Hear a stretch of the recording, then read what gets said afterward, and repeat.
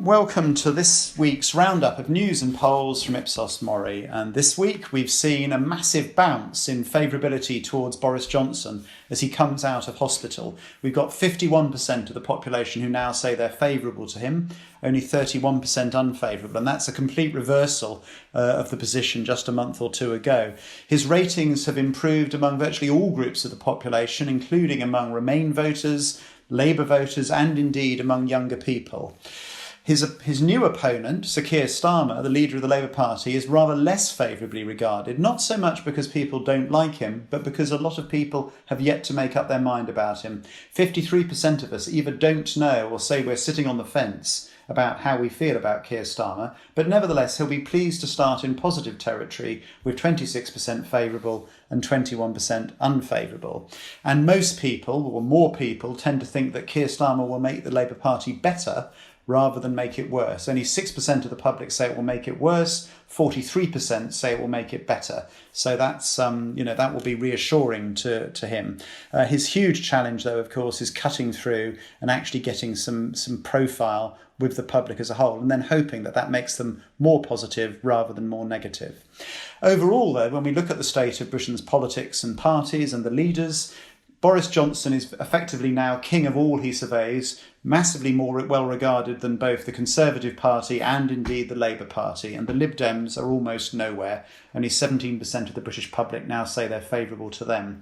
What's interesting about this data is that if we were to look at this, say, 5 or 10 years ago, Labour would tend to be more positively liked, at least, by the public than the Conservatives. And the fact that the Conservative Party is so far ahead shows just what an uphill struggle Keir Starmer is going to have if he's going to have any chance of winning power anytime soon.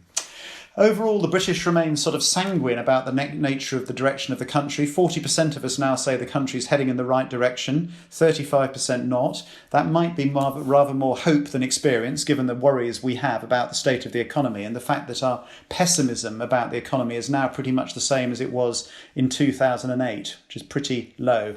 And views, of course, on whether or not the country is going in the right direction are strongly led by political support. 71% of Conservatives, but only 18% of Labour voters think the country is heading in the right direction. The country, of course, his main obsession at the moment, and rightly so, given that we're locked in our homes, is the coronavirus. 6 out of 10 of us, 57%, say we're concerned about the risk it poses to the country as a whole.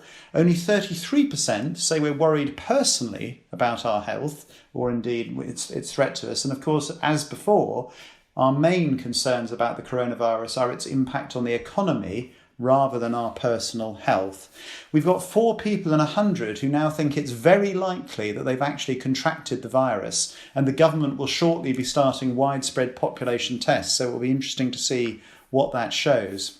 The other thing about COVID-19 is, of course, what it's doing to us as we stay locked in our homes, only going out once or twice a day. And most of us, of course, saying that we're absolutely sticking to government guidelines. 90% of us say we support the government measures, 80% say we support what the police are doing. And we're worried about, 21% of us are now worried about isolation, and there's real issues about whether it's going to have, if we're locked up for months more, a real long-term impact on our mental health. 1 in 5 of us say we're worried about mental illness, and there's 7% of us who are concerned about becoming depressed. Women, interestingly, are much more likely, more than twice as likely, to say that they're worried about their mental health than men. Whether that's just that they're more likely to talk about it in a survey like this, we don't know, but there it is. It's interesting that women are far more anxious about it than are men, apparently. On the other hand, not everything is negative. People have rallied around the NHS, and the proportion of people who say that they're confident that it can deal with the virus has risen month on month, up from 60% in March to 78% now. And so, with the building of the Nightingale hospitals and the fact that we seem to be coping with our existing ICU units, at least they're not overflowing in the way that we saw happen in Italy, generally, again, people are positive about the NHS and millions being raised to help support it, and millions of people taking to their doorsteps every Thursday evening. At the same time, despite record ratings for the government and a surge in support for our leaders, which of course is something that we've seen across Europe, At the moment, we've still got 57% who say the government took measures to deal with the virus too late. 57%. It's 36% among Conservative voters. It's 74% among Labour voters, but it's still the majority of the population saying the government did too little too late. And when we come to the inevitable inquiry, it will be interesting to see, did Britain really do things that it should have done differently, or are we just judging this with hindsight? We can also see that people are starting to change their behaviour because of the virus. We've got 27% of the population who say they're doing more online banking, a quarter doing more grocery shopping online.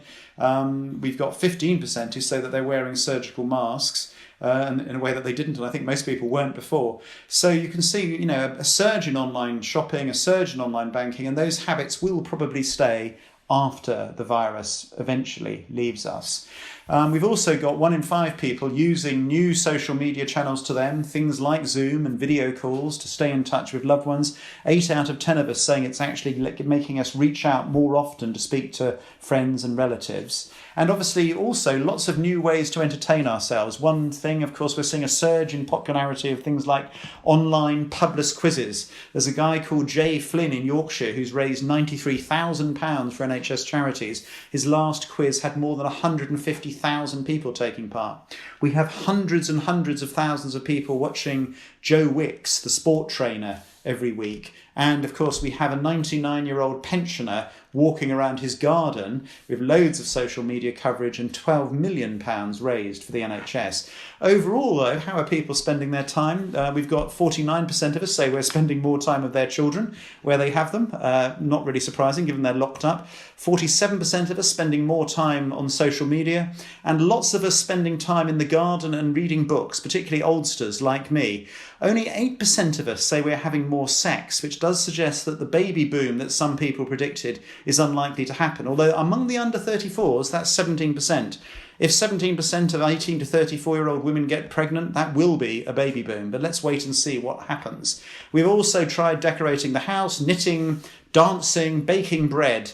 And 6 in 100 say we've started a new language. I think what many people are finding is actually the time is going rather more quickly than they ever imagined. So while we are frustrated being locked down, overall the British support what the government's doing. Most of us don't think we're going to be let out anytime soon, which is just as well, because we're probably not. And we are finding ways to entertain ourselves.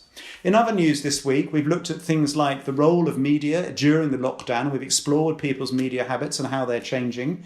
We've also released the latest Reputation Council report, which looks at very senior communicators in major blue chip companies across 19 different countries, looking at things like communications planning, stakeholder management, and indeed crisis communications. You can have a look at the link here.